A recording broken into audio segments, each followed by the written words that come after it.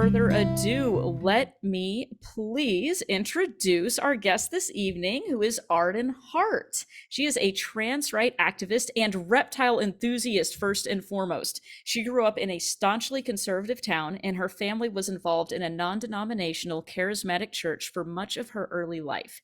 Despite that upbringing, or perhaps because of it, she became aware of her trans identity from an early age. That was one of the most consequential forces that knocked over the first domino in her deconversion and laid the path to where she is today, a brazen atheist, skeptic, humanist, and defender of trans rights. So, Arden, welcome to the show. Thank you so much for joining us. How are you doing this evening? And you are free to unmute yourself at any time. There we go. Hi, thank you so much for having me. I'm doing awesome. How are y'all doing? I mean, I guess you kind of just told us how you're all doing, but how are y'all doing? I'm doing great. I'm love wonderful to be here. As I like to say, Monday is now my favorite night of the week because, you know, we're here and we're 20% cooler because of Helen. So that. Thank you for coming. You're now 20% cooler now that you've been here. You are. Yes. Yeah. I will take it. I need all science. I can get. I'm told regularly how uncool I am, so I definitely need the help. Thank you very much. There you go. Keep that in my fringe back pocket. Benefits. Yes. So also tell us a little bit more about yourself. For example, I have questions about the reptiles. Tell us more. So I've always been like a really big animal person. I think it was kind of maybe like one of the first things I wanted to do is work with animals. And reptiles I've always found really fascinating, but I was never really in a place where I could keep them. I mean, my parents were absolutely opposed growing up. And then, you know, I'm in college. I was in dorms and like apartments and stuff like that. And it was about a year ago, I think a little over a year ago, my partner was like, hey, what do you think if we got a snake? And he's kept snakes for many points in his life and has a lot of experience. And I was like, oh my God, I'd be so thrilled to finally be able to like indulge myself with reptiles. And since then, we've kind of lost our minds and we now have over like 57 snakes in our house. 6 That's geckos. Awesome. We've got 3 bearded dragons and a Euromastix. So I'm just a huge reptile fan. I love animals and I love like lizards and reptiles in particular. I think they're so underappreciated and there's so much stigma against them and they're such beautiful, thoughtful, curious creatures. And yeah, I don't know. I think they're really special. I love that. Some of my fondest memories when I was a kid, when I would go to my dad's house, was he would keep iguanas.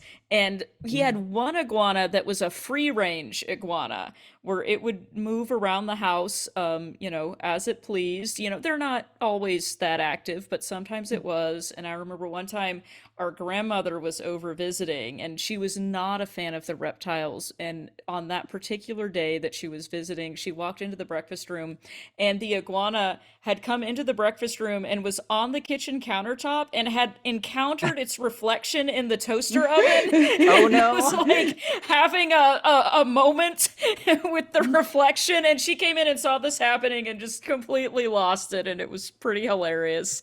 Oh, another great aspect of I have a boa that in lives in our bedroom, and he's a big really boy. Yeah, wow. I think he's up to 7 feet, and but he's a danger noodle. Like we just leave him alone. He's old, he's grumpy, like he's just fine, like just living in the inhabitant, getting fed. And he's a happy boy, but he's very pretty. He's a very, very pretty boa. So. I think that's one of the beauties of reptiles too, is that they are really great at letting you know. Like with, you know, with cats and dogs, they don't really tell you like, I don't want to be around you. Well, some of them do, but a lot of them are just like, whatever, I'll take the love or whatever. But reptiles, if they don't want to mess with you, they will let you know straight up, it is not happening right now. You got to leave me alone. I feel like I just kind of admire that they're just always so present in whatever they need and want. And it's like just really admirable. I love that. Now, do you have a favorite reptile in your house currently?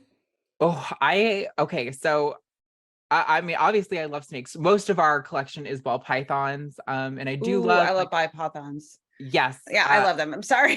Gotta be excited. Okay. Colubrids are really great too, which is like most of what you see in North America in the wild, like corn snakes and king snakes and stuff like that. But probably my favorite thing that we have are crested geckos, which is a species of gecko that come from New Caledonia.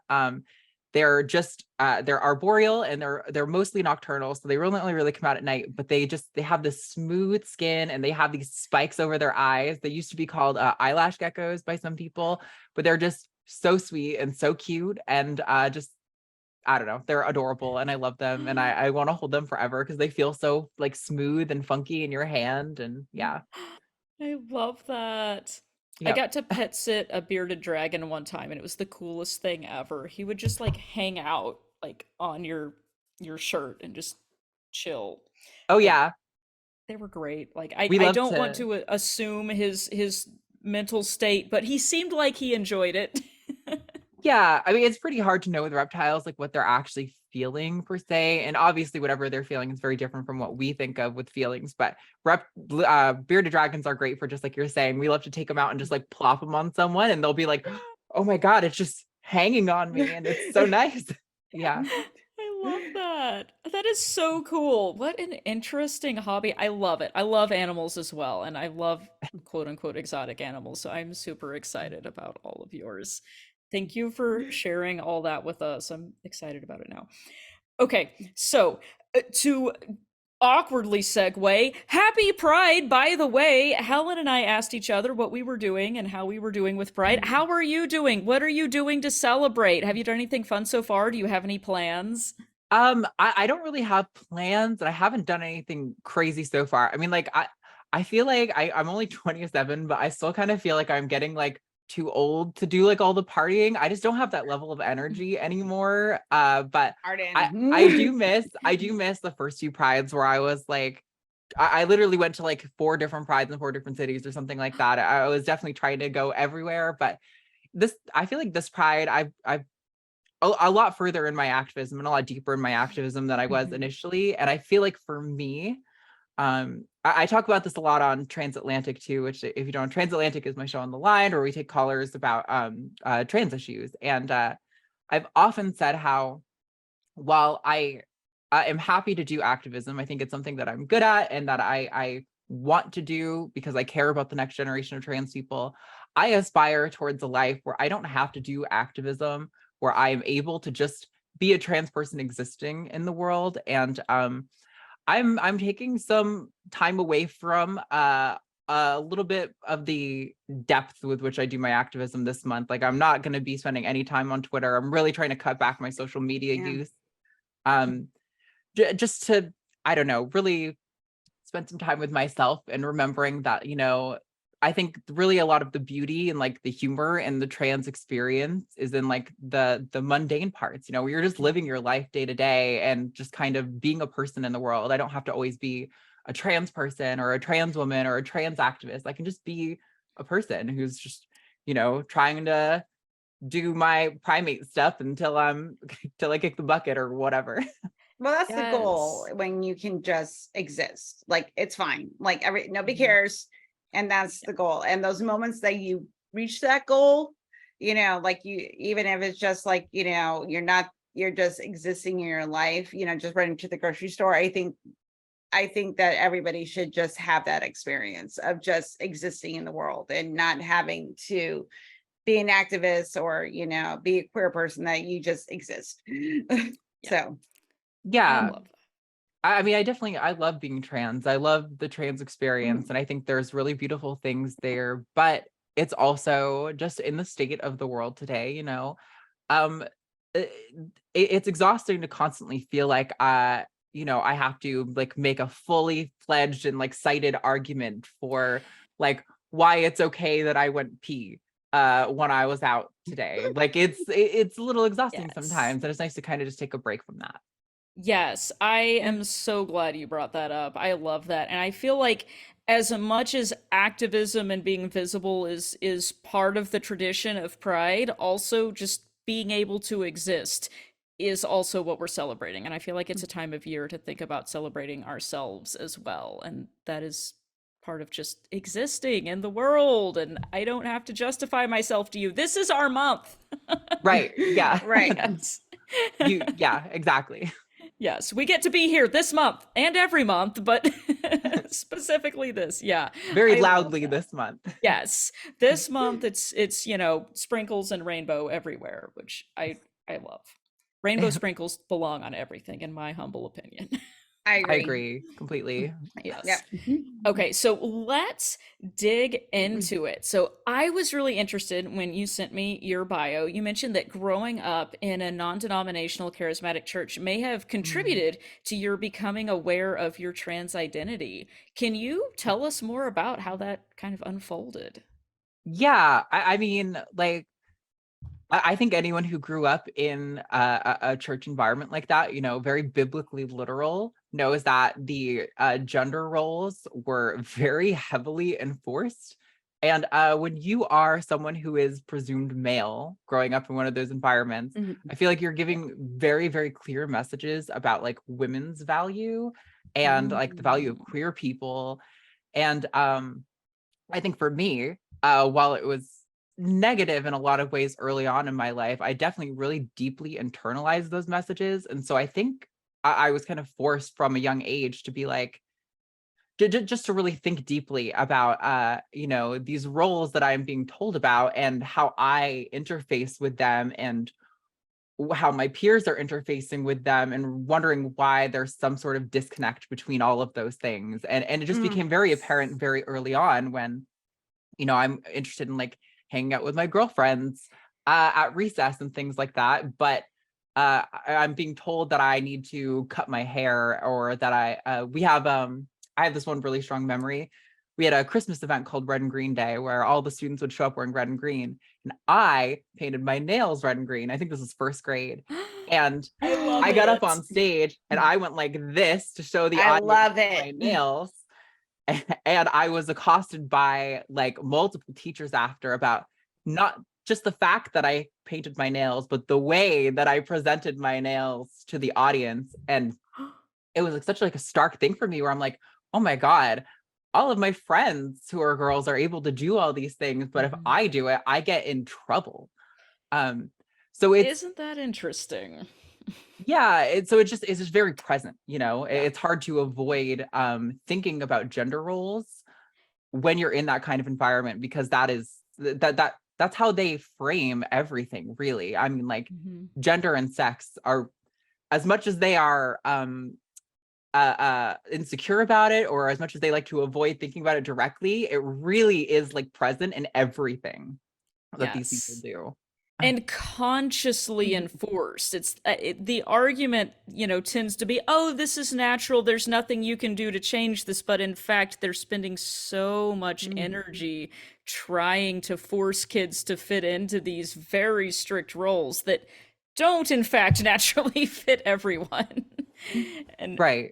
yeah, and I love to hear, your experience about that. It's like I'm non-binary, but assigned female at birth, and I often would hear the argument being made that, oh, well, people who were assigned female at birth that are trans or non-binary, they're just trying to escape misogyny. So it's just they're just trying to level up in the social ladder. That's all this is. There's nothing else to it. But I feel like that completely ignores the experience of trans women who are having to contend with not only homophobia and transphobia, but also misogyny.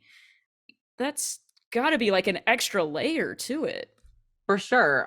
A way I've thought about it for a long time is that like, I could tell very early on that being a woman was something that was, inferior to being a man, and that being a queer person was like disgusting and despicable to these people. And in my mind, I was like, well, I'm not disgusting, I don't think, and I don't think I'm less than all of my peers, so I must just be a normal boy, I guess. And that was kind of how I tried to operate on it. But it was just really difficult for me because I've always been just naturally a very, very feminine person. And it was really hard for me to really live fully in that role. It was just constantly a challenge. I mean, I was pretty much my whole school experience, I was constantly made fun of for, my femininity and my queer, the way I walked, or the way my mannerisms were, the way I spoke, all of these things. So yeah, it was kind of hard to see anything other than those roles. And when I eventually did become aware of, I think, my trans identity, there was for a long time, a very, very deeply rooted sense of low self-worth. I think, I wouldn't say it's probably entirely because of the Christianity, but I think a very large part I would attribute to that upbringing. Yeah. Yeah, that was something I was going to ask you about too. Like if you encountered not just, resistance from, family or church or school, but from yourself, from internalizing those messages and what you did to overcome that. Yeah, well, I think for a long time I didn't overcome it. I mean, I don't know if I've told this story a couple times publicly, so I never know how much people know. But I initially came out to my mom when I was about 14 years old. I was very, very fortunate. Of all the people, my mom was an incredible ally. She still is to this day. She's such an amazing person. Very lucky to have her. So I started taking the steps to transition that young, but I was immediately met with immense resistance from my community and from like my father and from a lot of my peers and things like that. And it to make a long story short, I got to the point where I actually decided to detransition at the age of 17. So a lot of people don't know this. This is actually really found out in the data too, that the majority of the reasons people detransition is due to social ostracization, pushback in your job or in your school or in your family, things like that, being like bullied, harassed, or like losing a partner, or like a romantic partner. And yeah, it was right about 17. I just kind of came to the conclusion that, man, if this is what life is going to be like, this is how I'm going to feel about myself all the time, I would rather suck it up and just fake it till I make it. And I tried to do that for about another 5 years. And again, to make a long story short, with a lot of mental health stuff, I eventually came to the conclusion this was not going to go away, no matter how hard I tried. And yeah, it was around 22 that I finally decided, all right, I gotta just accept it and work on loving myself and overcoming those internalized beliefs that I have about like queer people and women and myself, and try to find a healing, a road towards healing here. And I'm very fortunate that I was able to do that.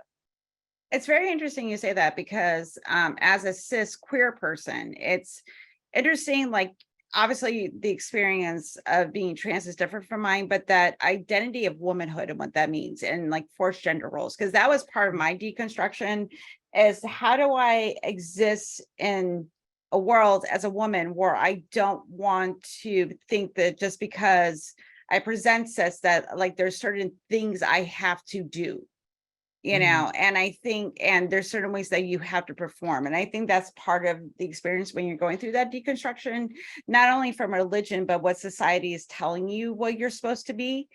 And that I find that experience similar to, something that a trans person goes through, not on the same level, because that's a different thing, but that idea of like, these are gender roles and how do I make this part of my identity, but not an expectation of what other people want me to do.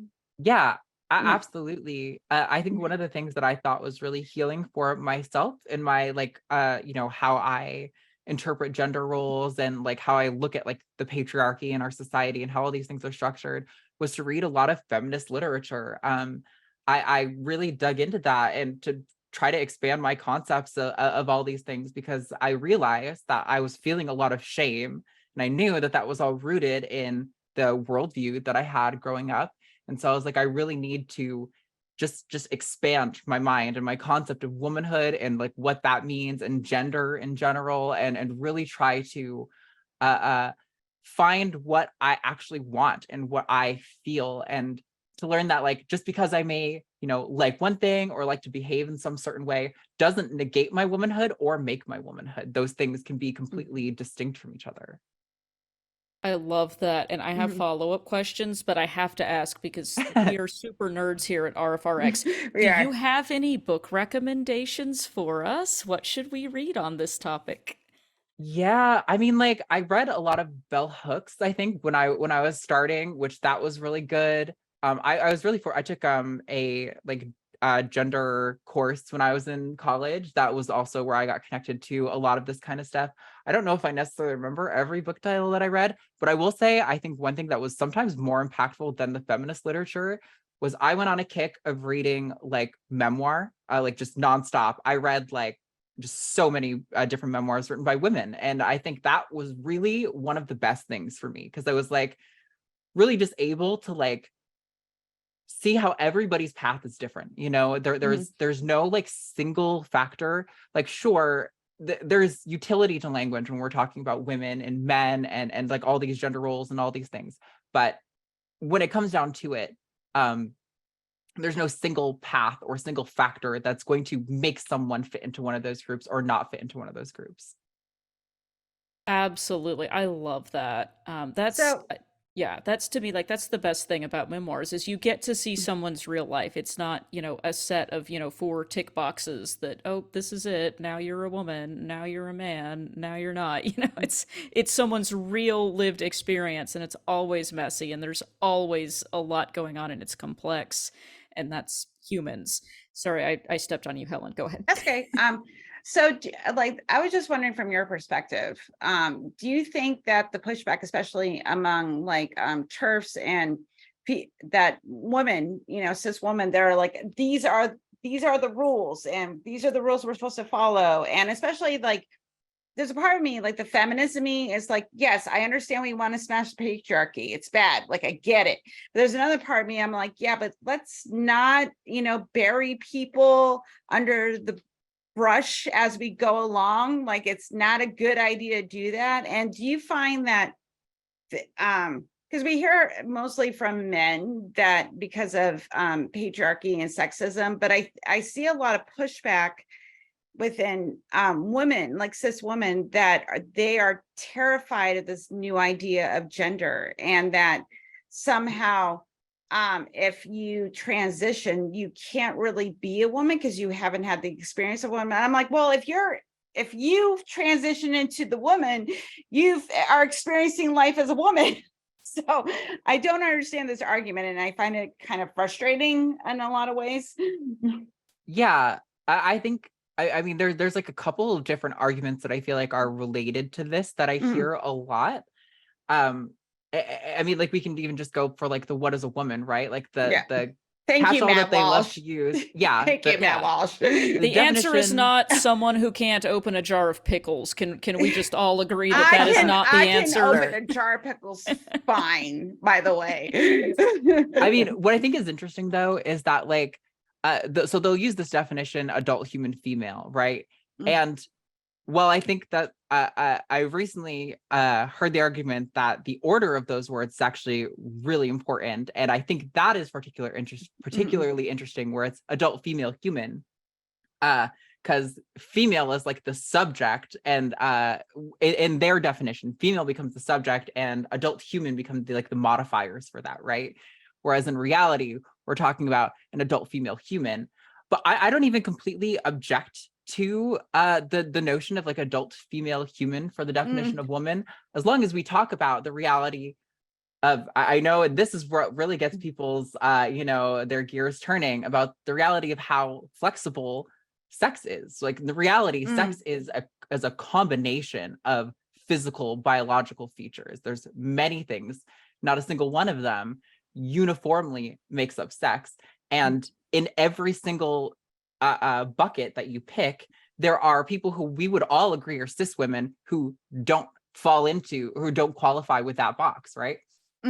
So I frankly, I'm comfortable with the notion of like adult female human being the definition, and acknowledging that sex is a lot more flexible than we give it credit for, and that perhaps trans women ought to be considered female, instead of holding on to this notion that sex is your gametes and your gametes alone, and that is the only qualifying factor that you need to consider on this matter, because there's people who don't produce gametes. There's people who produce ovotestes. Like there's so much diversity in human biology and life, and I think it's a lot more an honest reflection of who we are to acknowledge the diversity there.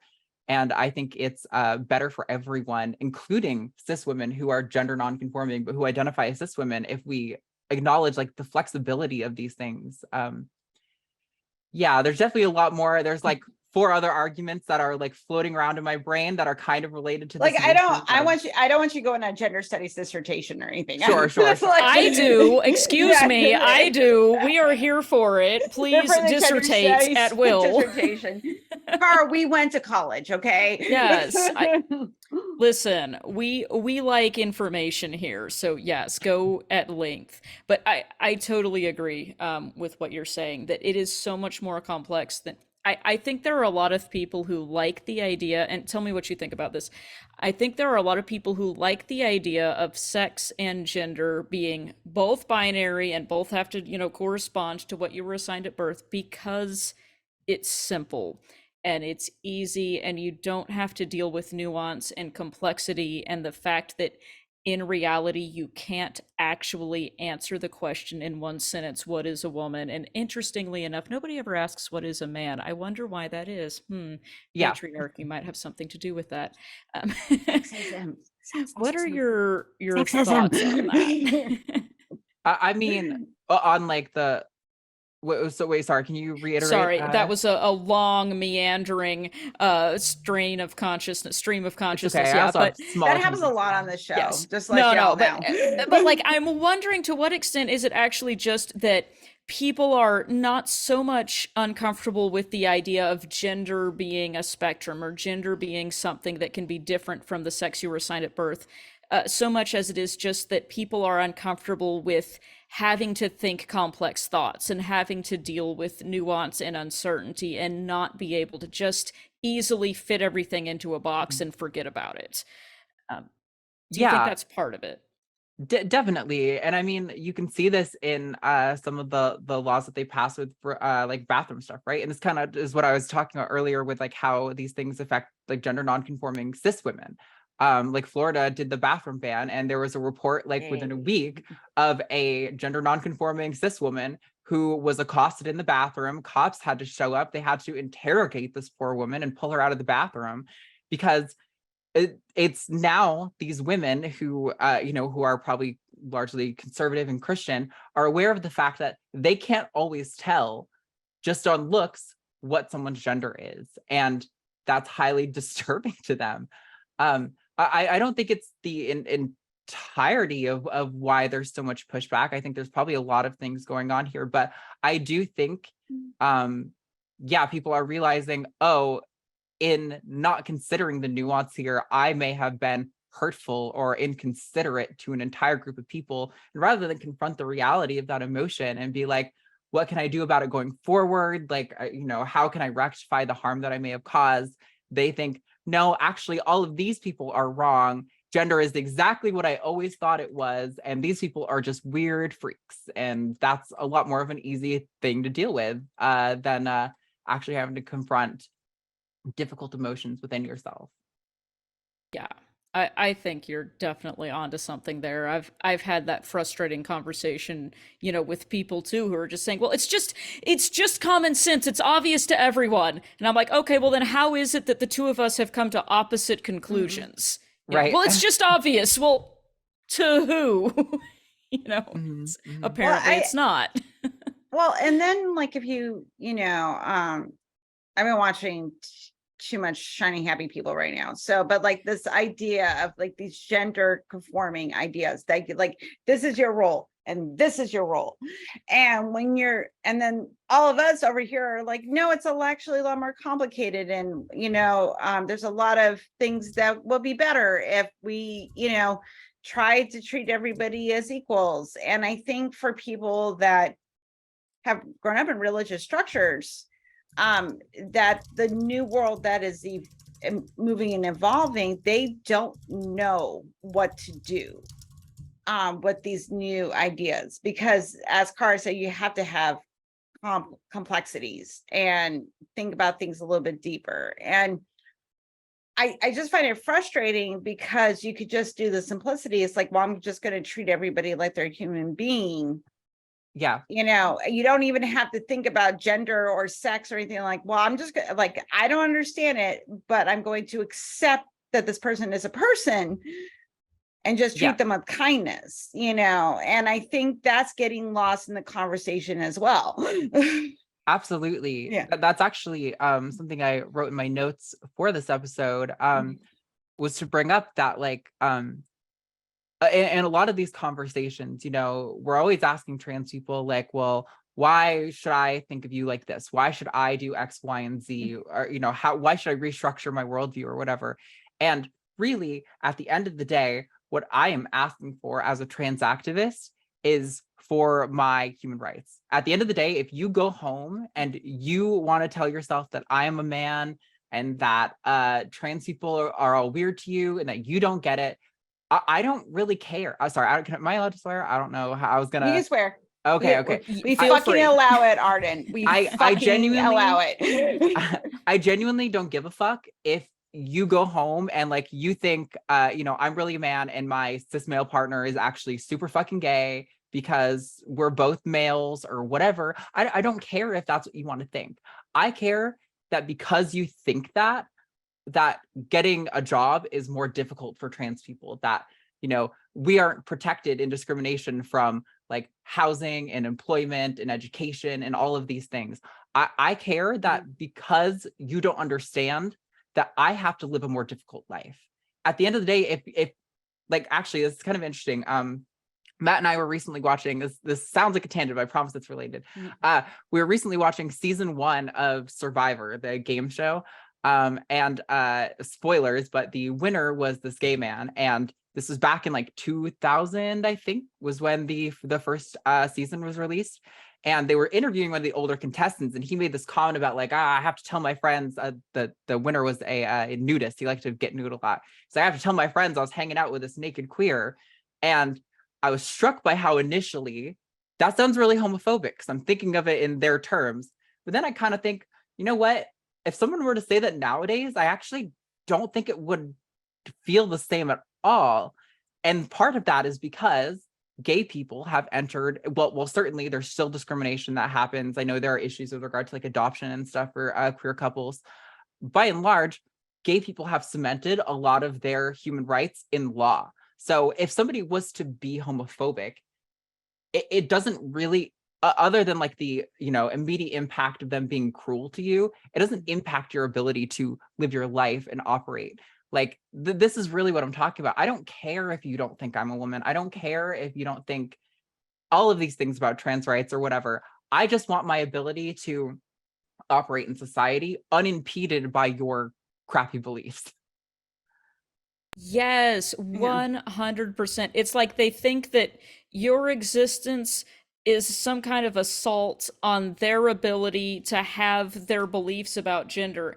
And it isn't. Nobody cares what you are thinking in your head. We're just trying to live our lives and not have you try to legislate us out of public life by, you know, not allowing people to go to the bathroom or dress a certain way. Like, it does not matter to me. Tara, really, the major concern in this country is where people are going to pee. It's very concerning. It's very important that we check people before they go in the bathroom, unless you're, like, I don't know, in a private home, in which case all bathrooms are gender neutral. So I don't know what you do there. I actually know. Like, yeah, well, I had that discussion with someone one time, and, like, we had, like, probably a 30-minute argument where they were like, just, it's so unrealistic to expect people to put up with bathrooms that are gender neutral, and it's just, we've never done that before. And I'm like, in your house, how many bathrooms do you have that are gender specific? And they were like, oh, I have 2.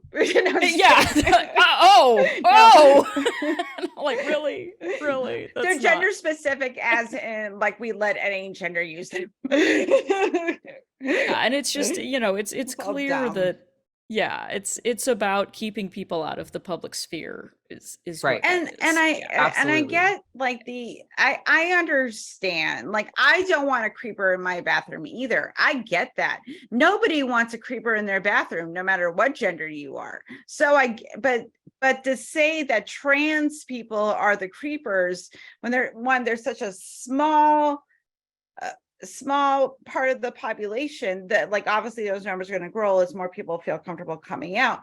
But still, I'm just like, no, but like, listen, I go, the trans person is more scared of you than you are of them. So just calm down.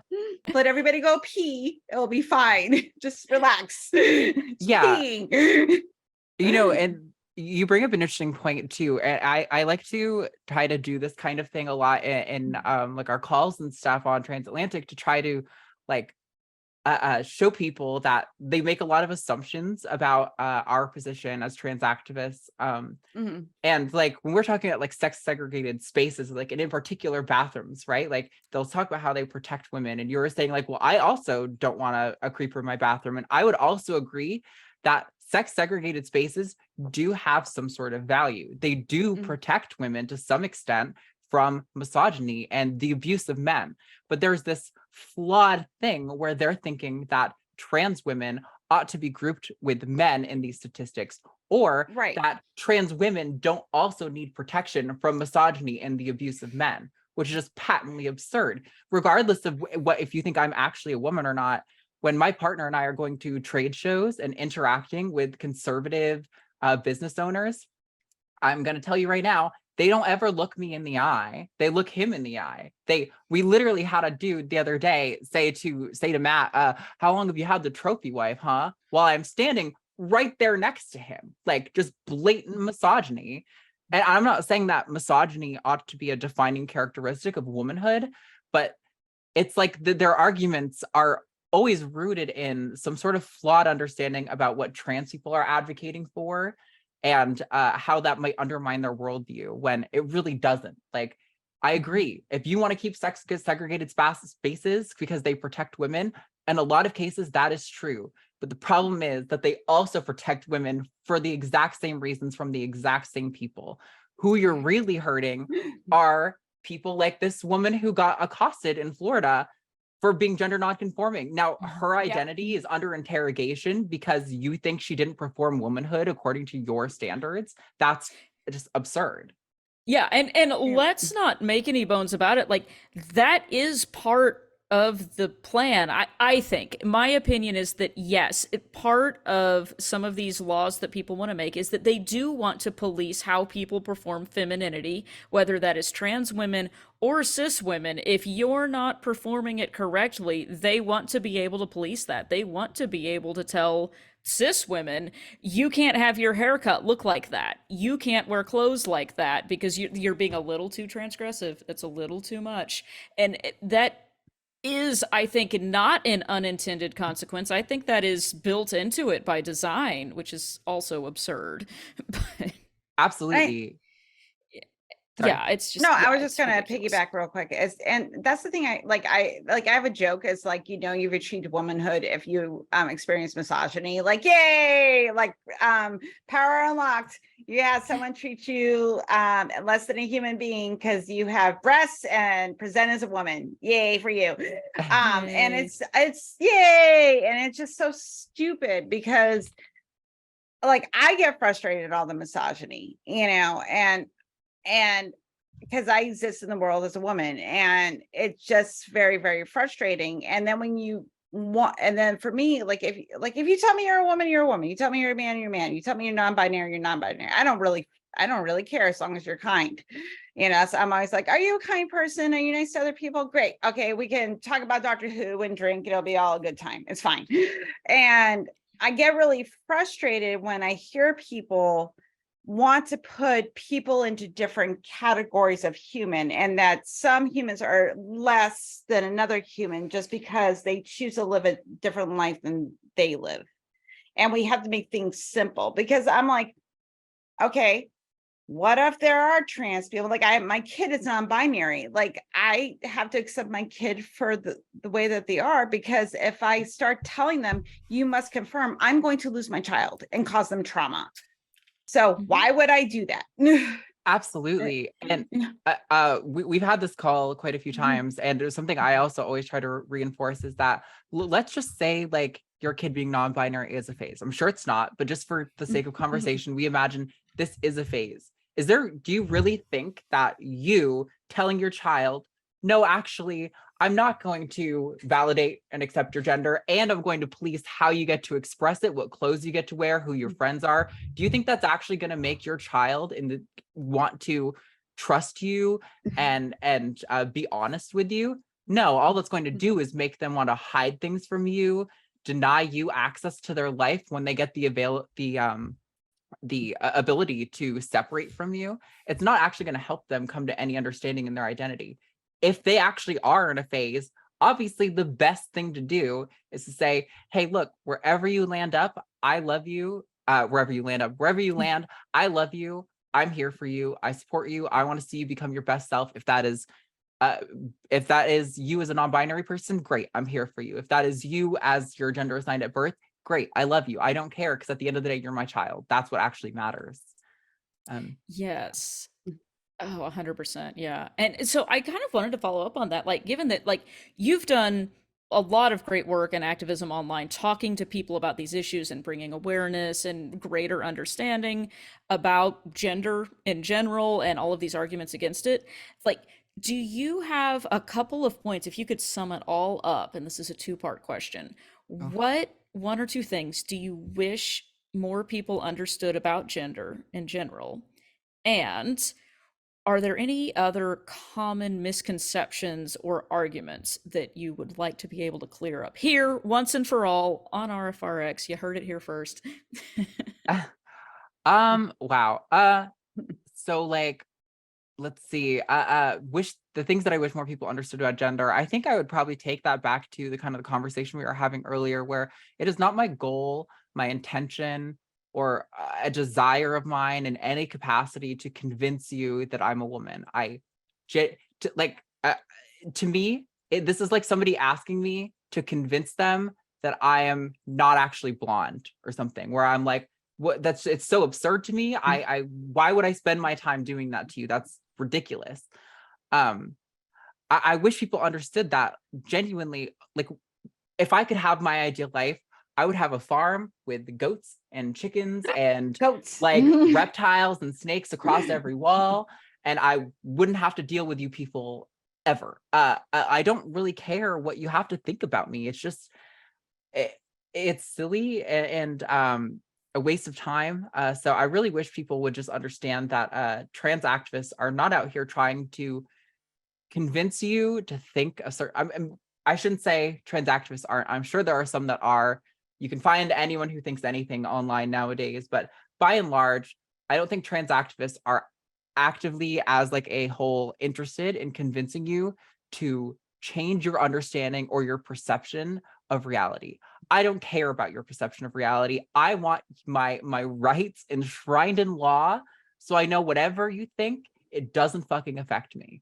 You can go home at the end of the night and be shitty. I can go home at the end of the night and be happy, and we can leave it at that. And then what was the second part of that? I guess the second part was kind of related question. Like, do you get any particular arguments or hear particular misconceptions over and over again that you would just like to clear up for people? Oh man, there's so many. Man, if I had to pick like some common ones, sorry, bisexual sitting pose here. I have to have my legs on the chair. Yes. I'm trying not to put my legs on the chair right now. I feel like maybe it's something with like regard to dating and trans identities. Like I hear a lot of people talk about like, why as a straight man would I want to date a trans woman or something along those lines? Or how could a straight man be interested in a trans woman? And my first thought when I hear that kind of thing is like, man, really at the end of the day, everything else could be interchangeable, but you purely view women as a walking, talking vagina and nothing else. That's what that reads as to me. But secondly, I usually feel like my second thought is how miserable your sex life must be if you think the only thing that you can do with a person is have like penetrative PIV sex. Like there are so just coitus. It just blows my mind. I'm like, okay, let's say you have an extreme aversion to penises. That's fine. I'm not telling anyone to have sex with anyone or do anything that they don't want to do. like you are free to exclude anyone from your dating pool that you want. But if you're excluding trans women because you have some assumption about what we're going to do with our bodies, that's what's really absurd to me. Like I hear all the time, it's like really common where they're like, oh, well, the majority of trans women keep their penis, and I don't want to suck a dick, so I can't be with a trans woman. And it's like, on what planet did you think a trans woman was ever going to ask you to suck her dick? Like, you would not be so lucky to be offered the blessing of that. It's crazy. I just think people have such a even in the non-Christian circles, people have such a conservative, like Christian presumption of how sex and relationships have to operate, that I think is just really sad that they're missing out on the potential to have beautiful, amazing, like diverse sex lives that could be really fulfilling for them, that they're denying themselves because they think, well, I like women, therefore this is like, I can only do one of like 2 sex acts with them or something like that. You know, it's just, Yes. And I don't know, there's probably a million other misconceptions and prejudices that we could bust, but we would probably be here all night long. So yeah. Oh, absolutely. Yeah. And that one is just to me such, it is the height of arrogance too when I hear like very openly like transphobic people talking about this. And it just kind of lays bare this misogynistic assumption that what I want as a man is all that matters. And if I am interested in a woman, she is available to me. And if I'm not interested, she's also available to me. The point is whether I want her or not. And it's like, has it not occurred to you that your transphobia and just disgusting views about everything might not be attractive to trans women or cis women, and they're not actually beating a path to get to you at all? Like, what about that? Part of the reason I divorced my ex-husband because he was homophobic. Because I was just like, oh my God. And I'm like, as a bi person, I'm like, I'm part of that community. Me being bi is not for you. Right. But yeah, so it's gross. My life is not for you. I am not, doing my life in relation to, I wonder what some really homophobic, transphobic, misogynistic, conservative man would want from me. Let me make sure and conform to that just in case he appears. Oh boy. I think not it. Also, Cara, your point about oh shit, what was it? Oh, I had the thread. I'm losing it. Oh, was it the male perspective that if I want it, it's available to me? Yes, but I've lost what I was gonna do with it. Fuck. Oh man. Oh no, I've got it now too. Yes. Also the kind of related thing that they often say is like, well, I don't want to waste my time and I want to have children, so I think I'm owed that information, right? And it's also like they genuinely do just view women as like walking incubators or something along those lines. It's like even if I was cis and I couldn't have kids still, like, why do you think I owe you, like, oh hey, before you ask me out, by the way, I'm infertile, so I want you to make sure that you aren't going to put a baby inside me. And you can be like, oh, thanks for wasting my time before I tried to fuck you. Like, it's it's just exhausting dealing with these people who like to pretend that there is a pile of trans women who just can't get any, and they are climbing over themselves to get a piece of the straight dick, and it's just not happening. That's not it. Yeah, surprise. Like, not everyone is trying to get a hold of that. It's not. I'm sorry. Okay, let's turn a page to a more positive note, because hey, we're here for positivity and we're celebrating sex positivity in tonight's episode. And I wanted to ask you, and let's poll the chat too. Everybody put in the chat your thoughts on this too. But Arden, you tell us, what does the term sex positivity mean to you? Oh man, just like the freedom to be able to do the things that I want and not feel bad about it. Even when I was transitioned and I had really worked on myself, there were still so many times where I would have sex and then I would do something that I thought the other person wanted that wasn't really what I wanted, and I would feel so disgusting and so sad with myself after, and really feeling like I have the right to not do sex if I don't want to do sex, or not do a given thing if I don't want to do it, and to really just embrace my sexuality and discover that. And yeah, that's my sex positivity. Oh, I love that so much. And that's one of those things that when you say it out loud sounds so simple and obvious, but so many of us struggle with that. I think maybe I'm projecting, but I can definitely identify with that too, where, for whatever reason you get in a headspace, or, you've been taught certain things to where that's actually a lesson you have to learn and a decision you have to make for yourself. And you say, oh, you know what? Actually, no, this can be about me, or at least, I am considering me too. This is not something that I am doing for another person alone. This is a reciprocal relationship. Wow, novel concept. And so I want to ask a follow-up question to that. How was developing that attitude, that more kind of sex positive attitude, related to kind of your journey out of your religious upbringing? Was it related at all to kind of coming into your own identity? Or, how did that all sort of interact? Definitely. So like some of my first experiences with sexuality are so growing up, my dad used to take me hunting, and he would take, despite being, conservative values or whatever, would take a giant pile of Playboy magazines and make me go through them while we were out there together. And I feel like for a really long time, that kind of stuff really did shape like what I thought I needed to be, and I think this sort of, again, this like a value of like, I have to, my sexuality is about what my partner wants to do to me or with me or whatever. It's not necessarily about my pleasure.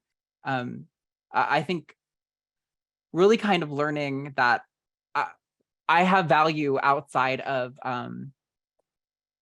what is pleasing somebody else is was like really like the place where I think was healing, but that I got to, that was like where I felt healed. But I don't necessarily know if I could identify like the through line. I feel like it was really just, I mean, I did sex work for so many years, full service stuff and cam stuff and then porn. And it's like, I think it just really, there was at some point where I'd had so much sex that I was just kind of like, oh, hey, look, I'm actually like when I look back on things, I feel like I am way farther than I used to be. And yeah, I don't know if there was like a single moment or anything like that, but I definitely could identify like the feeling of being on each side of it, really cementing those values of like what was toxic for me, and then kind of realizing where I had gotten on the other side where I didn't feel that way anymore. I really like what you said about like getting beyond that, like, you didn't say this, but this is how I took it in, as like being a receptacle for, male sexuality, and learning to be an equal in that relationship, with either someone that is identifies female or identifies male, like learning to be a active participant in your own sexuality rather than a receptacle for somebody else's. And I think that with women, we get these messages that we are receptacles for other people's sexuality, and that's something we also have to break down. So I really appreciate you saying that. Like you articulated it a million times better than I did, but that is definitely what I was trying to convey. Poorly, but I like girl. Your phrasing was perfect. Yeah.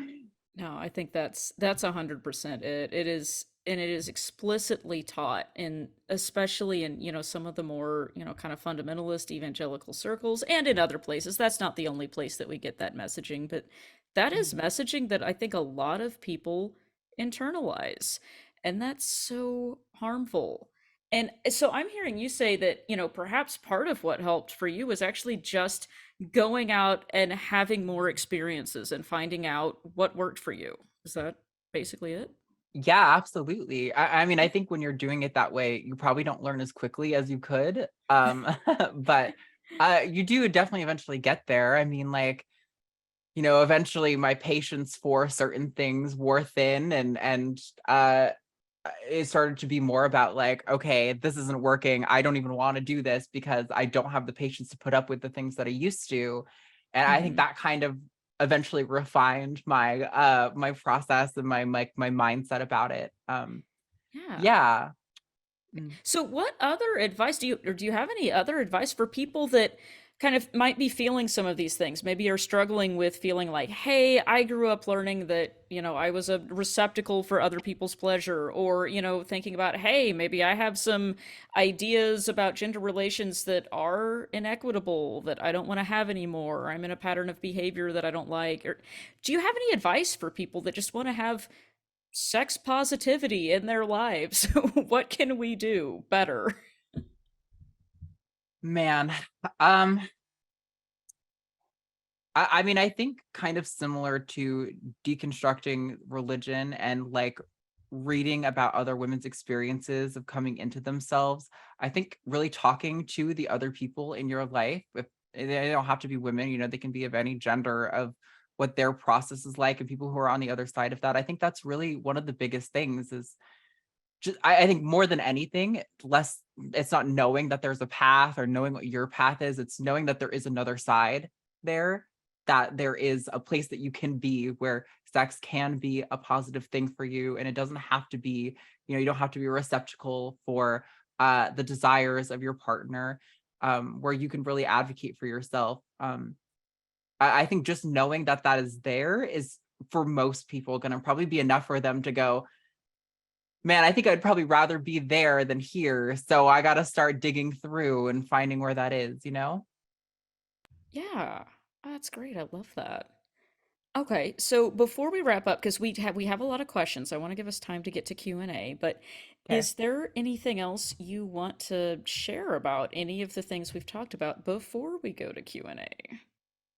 I mean, if there's anything I can't think of, you should definitely call Transatlantic and pitch us some questions, because we're definitely always looking for new people to call and to, share their experiences with us. There's a lot of our hosts are like binary trans people, and so we don't always get every perspective perfect, and so it's really nice to get a diversity of opinions and perspectives shared on the show. So yeah. Yeah, and Yeah. so that was actually going to be my next question is, where can people find you? Do you have any links that Hell yeah. people can go to? So I'm at the Arden Hart on everywhere, Instagram and Twitter, and I don't want to directly reference the thing if this is going on YouTube, because I don't want to get you demonetized, but I think you guys probably know what I'm Oh, kind of you're like you're hinting fine. at. You're fine. You can Uh, say it. We don't okay, make yeah, any money. OnlyFans. You should check out my OnlyFans. That's a good one. But if you want to not interact with my bad jokes or my sex stuff, you can go to The Line on YouTube. You should definitely subscribe to The Line. There are so many awesome shows on The Line where we talk about religion and politics, and we have like experts in different fields come in and talk.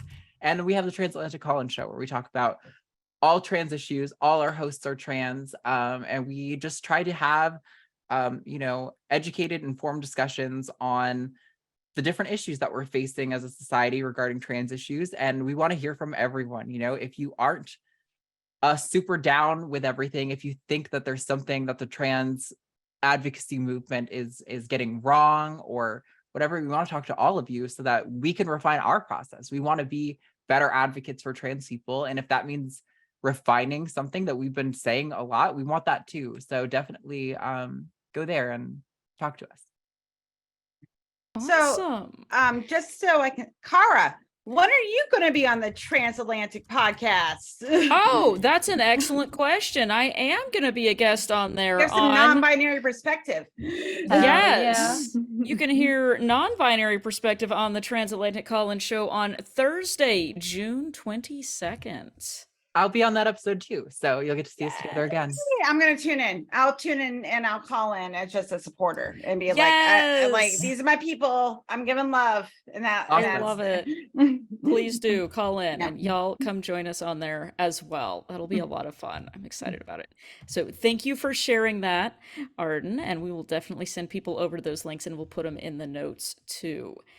Okay, anything else you want to leave us with before we go to questions? Just happy Pride. Love yourself, take care of yourself. Happy Pride, and yeah. Yes, I love it. Absolutely. Okay, let's dig into questions then. So some of these, we usually get questions kind of in the order that our conversation went because people are putting them in the chat as we go. So this one starts out, yeah. So we have a few at the beginning, and I think we have a lot of really interesting questions tonight. So we'll get through as many as we can. And if we don't get to all of them, stick around for the hangout. If your question doesn't get answered, it's not on purpose. We didn't skip it. You know, we'll answer as many as we can. So one person is asking, to you, what do femininity and masculinity mean? Can we define these terms? How do we define these terms? I mean, I think it's always going to be contextual, right? Because you're going to be talking about like gender is very much rooted in the culture that you're in, the time period that you're in. What is masculinity today in America is very different from what is masculinity today in like every other country in the world. And it's different from what masculinity in America was 100 years ago. So, I mean, we could, if you wanted to, talk about what I think masculinity and femininity in America are today, but I don't know if that's as valuable a conversation as acknowledging that masculinity and femininity are just kind of terms denoting what the commonly understood social roles of men and women are in a given society at a given time. I think it's more of a matrix to look at cultural behaviors through rather than like a concept that exists in reality. Yeah. Right. We're not going to go out into nature and discover masculinity. Right. It doesn't work that way. Somehow. Like, look at Vikings. Find it. Like, we'll just find a bunch of Vikings and we'll go masculine. Right. But I mean, and then we'll watch The Handmaid's Tale and go feminine. There, right. I solved it. Yeah, and then we're gonna have questions. Yes, right. Yeah, we're gonna find some example that challenges that, no matter what thing we pick. I can do easy thoughts. Yeah. You know, if I don't want to think. That's what we're looking for. Helen, do you have another question? The follow-up question to this is: would the world be better off without the words masculinity and femininity? That's interesting. So question for the philosopher. I feel like the way I think a lot about this stuff, well, I definitely am to some extent a gender abolitionist. I feel like my gender abolitionism is much more of a compass to sort of guide society in a direction. I don't know if it's actually a realistically obtainable goal. I think there's a lot of utility in talking still about sex, male and female, and men and women, and we can still talk about these things. There's still a lot of utility to these words, masculinity and femininity. It's just when you think of them as these words as like prescriptive definitions that are rooted in like the fabric of reality where you run into trouble instead of realizing that these are just how we are describing concepts that appear in human civilization. I don't know if there's necessarily utility in just getting rid of them in their entirety, but I'm sure that as society progresses, we will have a much more diverse language that will be more honoring to the diversity of identities that we actually find in human people. I guarantee that our predecessors will look back at us and be like 100 years from now, being like, oh, they got it so wrong. Like they were trying so hard. Like I guarantee, you know, it's gonna be such cringe. Yeah, they're gonna be like, oh, look at them trying to put people into roles. Oh, they try so hard. It's adorable. Yeah. It's great. And it's also going to be one of those things where they look back and there's going to be this debate where people are going, oh, well, you know, they did the best they could. They were a product of their time. No one could have known any better. And then there's going to be other people going, you know, I think there was a podcast about this where people were talking about this even at that time. The information was there. People knew. Oh, like it was really great. Like I was watching, this is just like a little side tangent about like gender and sex. That has to do with mushrooms. Mushrooms are non-binary, and the way that they reproduce has no sexual orientation. It's completely non-binary. And we have DNA related to mushrooms. So I'm going to tell you all that like sex and gender is just a concept that we invented because we like to categorize, and mushrooms can reproduce however they want, and we are just more evolved spores. So just be nice, and let's just, you know, not do the thing where we're being terrible to people. That'd be nice, because we're all like spores. I'm gonna make that a t-shirt. We're all spores. We're all spores. Be more like a spore. I do. I have like goals. I like that. That's a good one. And you know, I would really like to be described as a real fun guy. Oh yeah, yeah, I love it. My son with his bad puns uses that joke a lot, and it's funny every time. It's not a corn pun because you know it's a fun pun. It's a fun pun. Moving on, I really like this next question. So, someone else is asking, I recently tried to find a word equivalent to emasculate, but for women. Have you heard of one?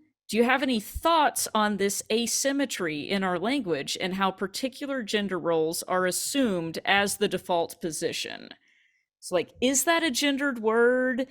Is it not a gendered word? Can you apply it to women? And if you did, would you have to change the word? Is there a word?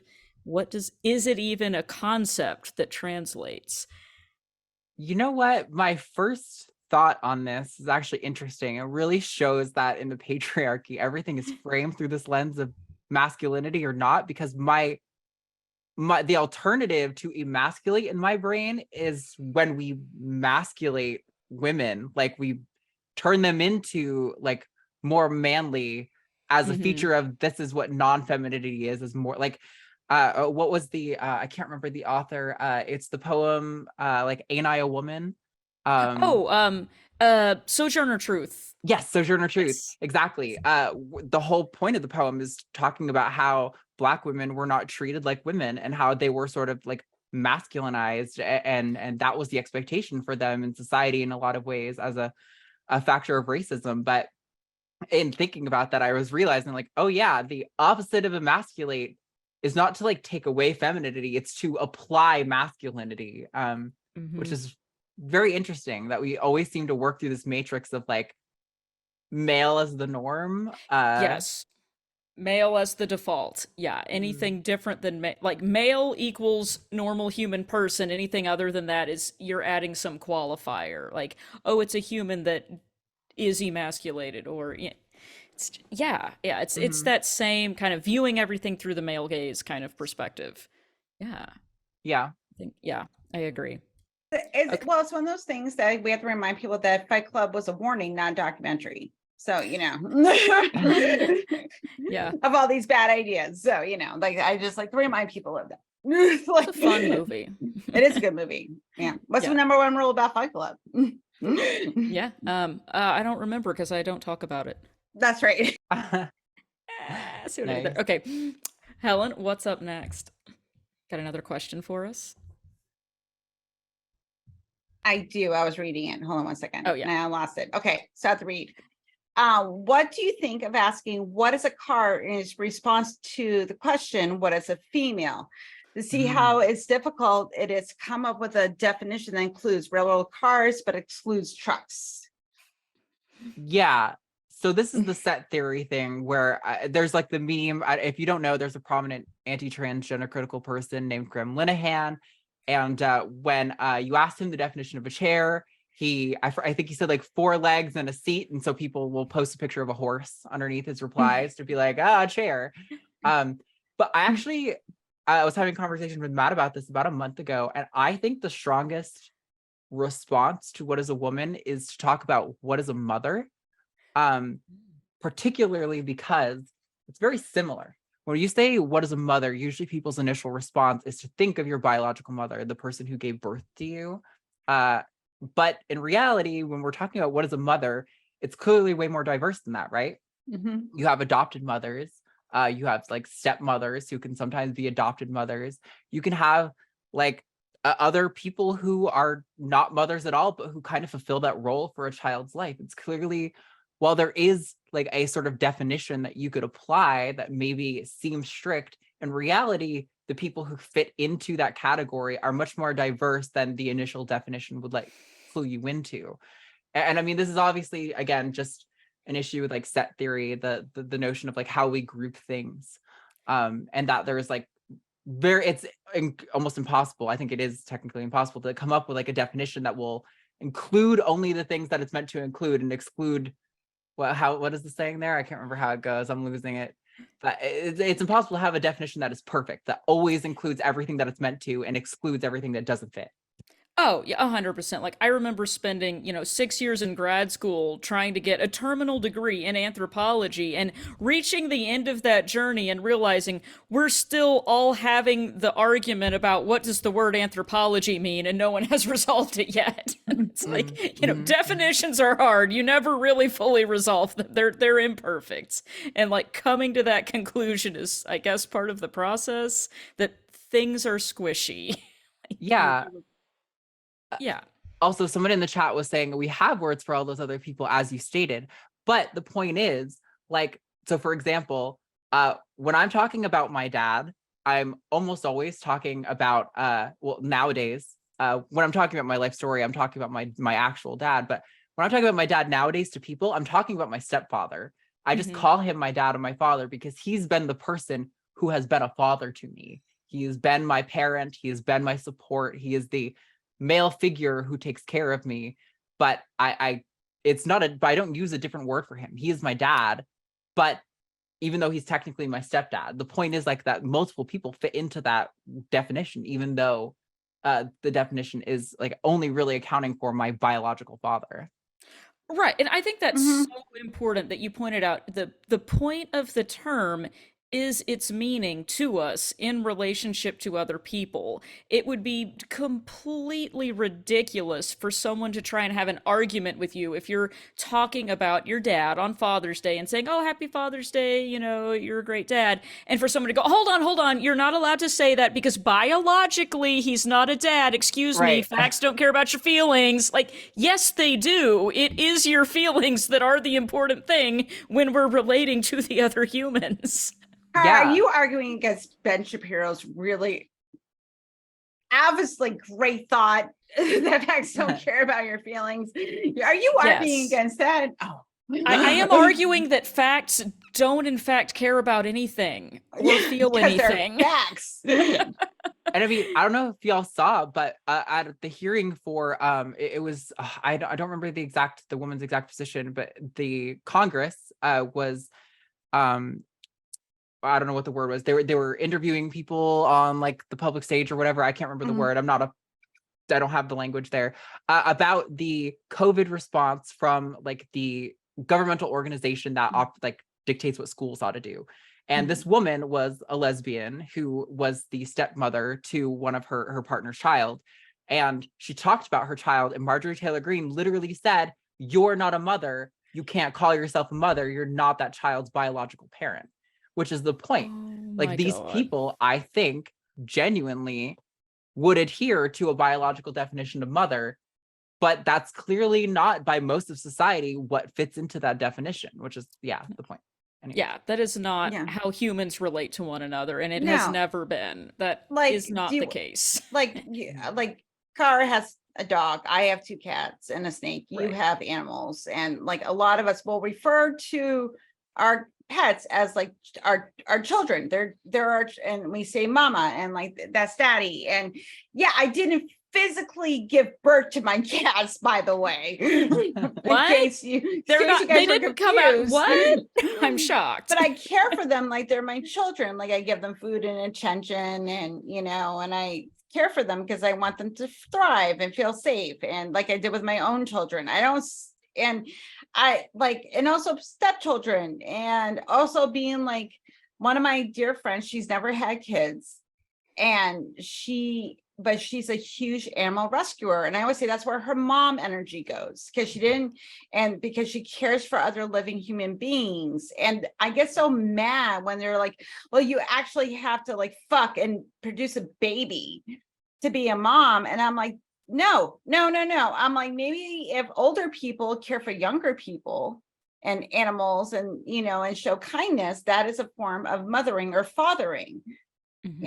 So why do I have to fucking have a kid to get the definition of father or mother? I just find it, again, arbitrary language is all silly. Yeah. And this whole idea of relatedness and kinship being based purely on biological factors is kind of a uniquely recent contemporary Western way of thinking about relationships. It is not the case that humans have always had the ability to do a DNA test to find out who they're related to. Our relationships have tended to be based on who is close to us, who is important in our lives, who do we feel are a part of our family and our in-group. This isn't a thing that you have to measure with genetics. That's a recent invention. It's not something that humans have been using for the entire rest of human history. And it's not the case that people have always defined families as this nuclear family where, a father and a mother and their biological children create the family unit. That's not how most human societies have been throughout history. That's not how things work. People live in larger groups, people live in communities, people live in groups of multiple partners, people live in groups where all of the children live with the relatives of the mother, or all of the children are connected to relatives of the father, or where, a sense of, who is the father is not even taken into account. There are a lot of different ways that people organize relationships throughout human societies, and making it solely rooted in something you can test with a DNA test is a new idea, and it's irrelevant to how we feel about each other and how we relate to each other. It just is neither here nor there. It's gross and terrible. And people, I think people say things to each other because they know that the world is not simple, but they want it to be. And well, since it's not simple, I'm going to force it to be simple. Yeah. The only clarification I want to add was Marjorie Taylor Greene questioning Randy Weingarten, who is the president of the American Federation of Teachers, which was issuing guidance to the CDC on reopening schools during COVID. So that's where that came from. Of course, it was connected to several other issues that could go down a conspiracy theory. Well, yes, of course. Of course it was. Why would it not be? Well, Marjorie's very special. So, Yeah. Okay. And on that note, we are getting towards the end of our time. We do have a few more questions left. Now, if we didn't get to your question, hang on for the hangout. Arden, are you going to be able to stick around with us for a few minutes for the hangout? Yeah, absolutely. Awesome. Okay. Yay. Well, let's quickly wrap up. And before we do our wrap up, I want to read the results of our opening polls so we can comment on those. Yeah. So let me get y'all's thoughts on this. I'll share the results. And sorry, again, the title of it is wrong. That was my mistake. Okay. So I will read the results to our questions. So the first question that we asked everybody was, how old were you when you first learned about human reproduction? And 0% of people selected ages 0 to 5. Wow, that surprises me. Okay. Yeah, me too. Interesting. Yeah. 72% of people, the vast majority, said 6 to 11. 22% said 12 to 17, and 6% of people said they were 18 or older when they first learned about human reproduction. Wow. Interesting. Now let's compare that to question number 2, which was, how old were you when you first learned about human sexuality outside of procreation? And again, 0% of people answered 0 to 5. Wow. Okay. only 17% of people answered 6 to 11, and 72% this time answered 12 to 17. So later then they learned about just simply reproduction. And then 11% said they were 18 or older. Ooh, interesting. And then, okay, we'll read the answers to the other two and then we can discuss briefly. The next question was, where did you first learn about human sexuality? 22% of respondents said through formal education, such as sex education at school. 33% said they were taught about it at home or by their family. 17% learned about it from friends. 11% learned about it online or in magazines or porn. 11% said movies or TV. And 6% said, I have actually never learned about this before. So I hope they stuck around and we've talked a little more about it. And then the last question, how many orgasms have you had so far this month? I am so excited to see the responses to this one. So of course you are. I know. Well, because we're all a bunch of perverts. And again, it's only the 5th of the month. So, we're early in the month. If you're watching this later on YouTube, okay, we only had 5 days to answer this question. And so 39% of people said 0. Also 39% of people said 1 to 3. 11% said 4 to 6. 6% said 7 to 10, and 6% hit more than 10. I applaud you. Congratulations. You are ahead of some of us. I'm not going to say who, but you're ahead. Yes. Yeah. And also, like, to hit off of, Glenda in the chat, it is perfectly okay if you are not into that and you picked 0 and are happy with 0. Snaps. Like, I give you yes. But if you got a hug, I hope you got lots of hugs. Yes. Okay. Well, that's interesting. Ooh, these were interesting questions. Okay. So we're really going to come up with things on the spot. Yeah, we thought of these weeks in advance. Okay, I'm going to stop sharing. And now we will sort of move into our wrap up so we can go to the hangout. And I will just say again, thank you so much, Arden, for joining us. This was a great conversation. I am so glad you were here. I learned a lot. This was a lot of fun. You're coming back again later. I hope you know that you're coming back. Yeah, we're gonna absorb you into the RfR cult. Yes, where you can make all the atheist money, all of it. I thought I already was getting my pockets lined by I know. We're just gonna give you more of compliments. Yeah. So, we pay in sparkles. We do. We pay rainbow sparkles. Yes. But thank you so much. This was great. Yeah, you're awesome. Thank you guys. I really appreciated it. It was a good conversation. It was wonderful. Thank you so much. This was great. Yeah.